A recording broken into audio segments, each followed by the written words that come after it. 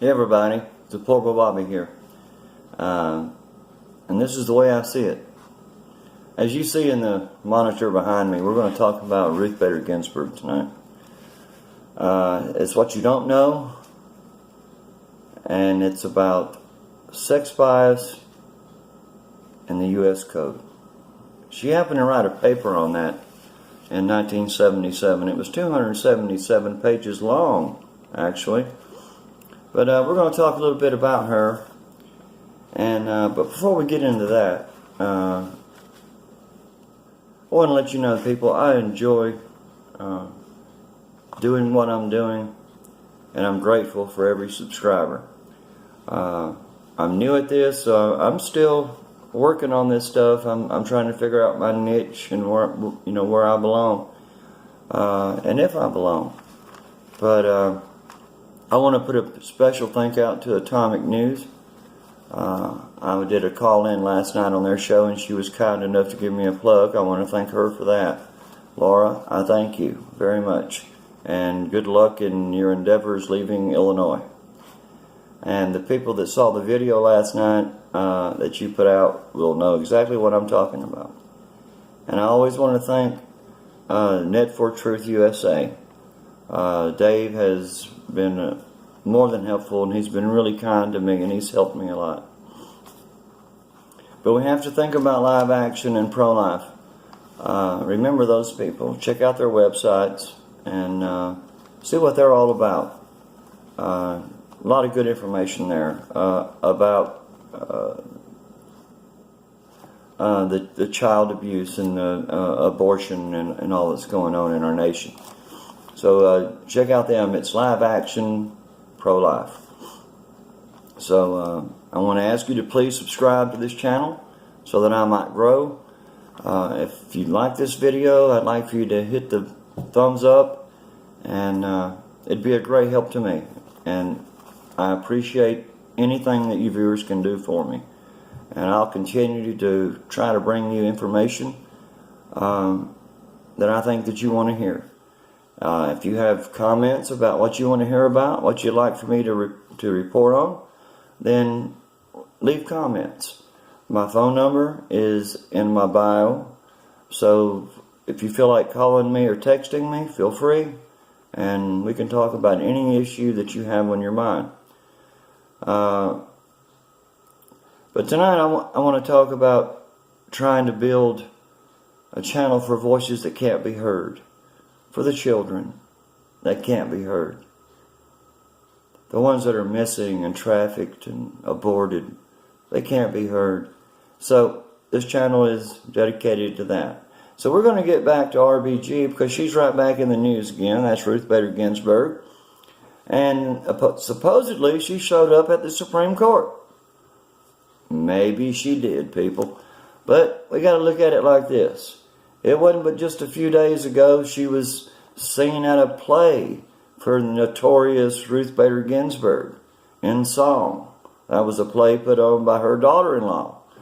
Supposedly she was there. No video, no pictures, no nothing.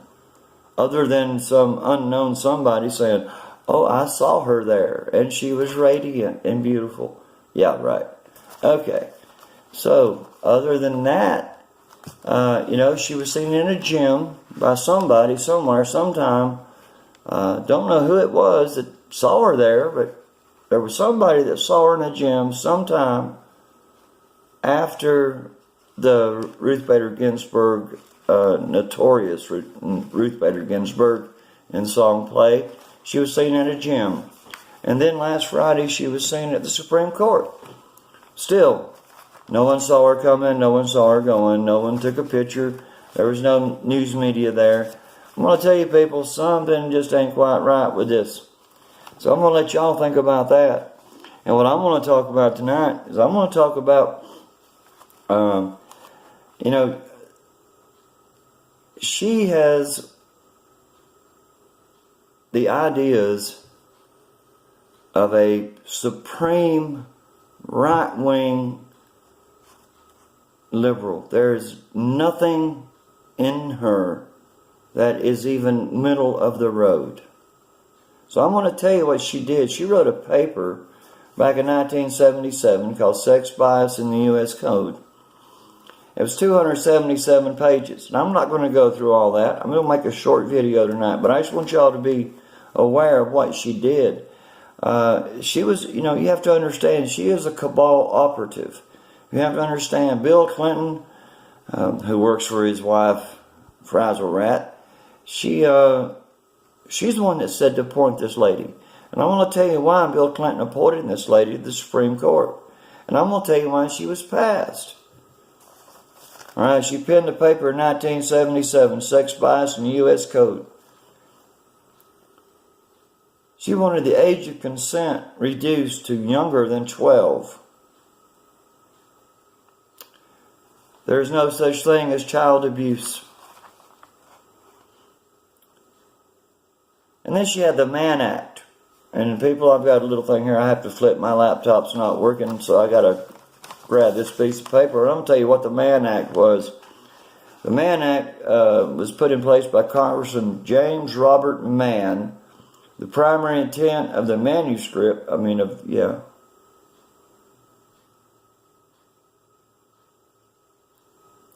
primary intent of the Mann Act was to address human trafficking for the purposes of prostitution. So what they were trying to do is they were trying to keep white women from being put into prostitution. Well, she was against the Mann Act. She said it was not good. And it may not have been good if it was just for white women. I think all prostitution should be, help those poor ladies. They're lost. They need guidance. And I hope there's somebody out there that is willing to reach out a hand to these women that are in prostitution and drugs and living on the street. They need help. They may not want it on the surface, but I honestly believe deep down everybody wants to be a good person. So if we can, let's help them. Don't take them into your home. I'm not saying that. Give them a place to live and feed them.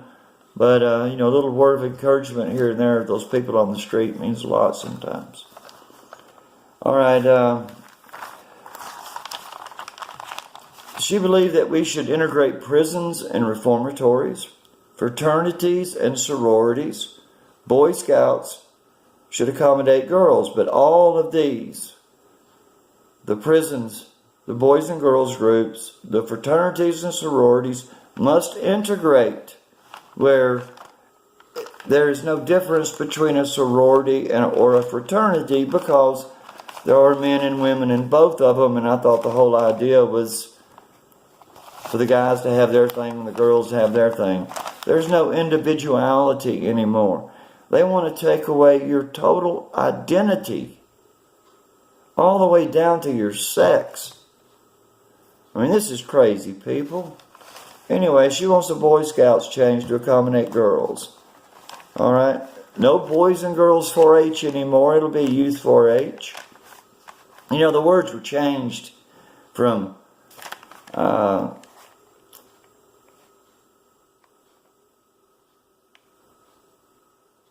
so that they... I'm trying to get this out, people, because it makes no sense to me. Anyway, the words have been changed in her little paper she did, that words that we can't say. We've heard a lot about that in the news lately, about words we can't say. You have to say this or say that. Well, this was way back in 1997. And she said these words need to be changed. Man-made must be artificial. Man-woman must be human or person. There will be no mother and father. It will be parent. No brother, no sister. It will be sibling. No widow, no widower, surviving spouse. And she wanted pedophilia to not be a crime. She said pedophilia was a choice, and the children were usually complicit, which made it okay. I wonder how many children she's molested. But I'm done with her tonight, people. That's all I'm going to say about her and her 277-page piece of crap. That means absolutely nothing to you or me. But being true to my word, being true to the children, I have to bring this to you. I promised I'd do it, and I'm going to. Wisconsin man sentenced child prostitution. 30-year-old Andrew James Turley sentenced to 60 years in prison for selling his 4-year-old daughter for $500 an hour to a pedophile. The said child was to be sedated prior to the sexual encounter. I guess that was so that the kid maybe wouldn't remember it or something. Yeah. Tell me about that, people. Let them wake up after being molested by a grown man that's 4 years old. They're going to know the hell something happened. Anyway, this man was arrested in 2015 in Houston where the 4-year-old girl lived with her mother. Houston undercover officers showed up at the apartment and found the child in a bedroom naked, unresponsive. The mom was not there at the time and she was not charged. Turley received 2 30-year sentences, 30 years for each count of selling his 4-year-old daughter. People, I don't know what to say. You know, they said back in 2018 in October, 120 sex traffickers were arrested and multiple children. They didn't give us a number of children that were arrested, but it's rescued. But at least we had 120 of those pedophiles taken off the street. You got to remember the National Center for Missing and Exploited Children states that over 10,000 children are exploited sexually by their parents every year. 10,000 of them, people. Ladies and gentlemen, I appreciate your time. My name's Deplorable Bobby, and that's the way I see it.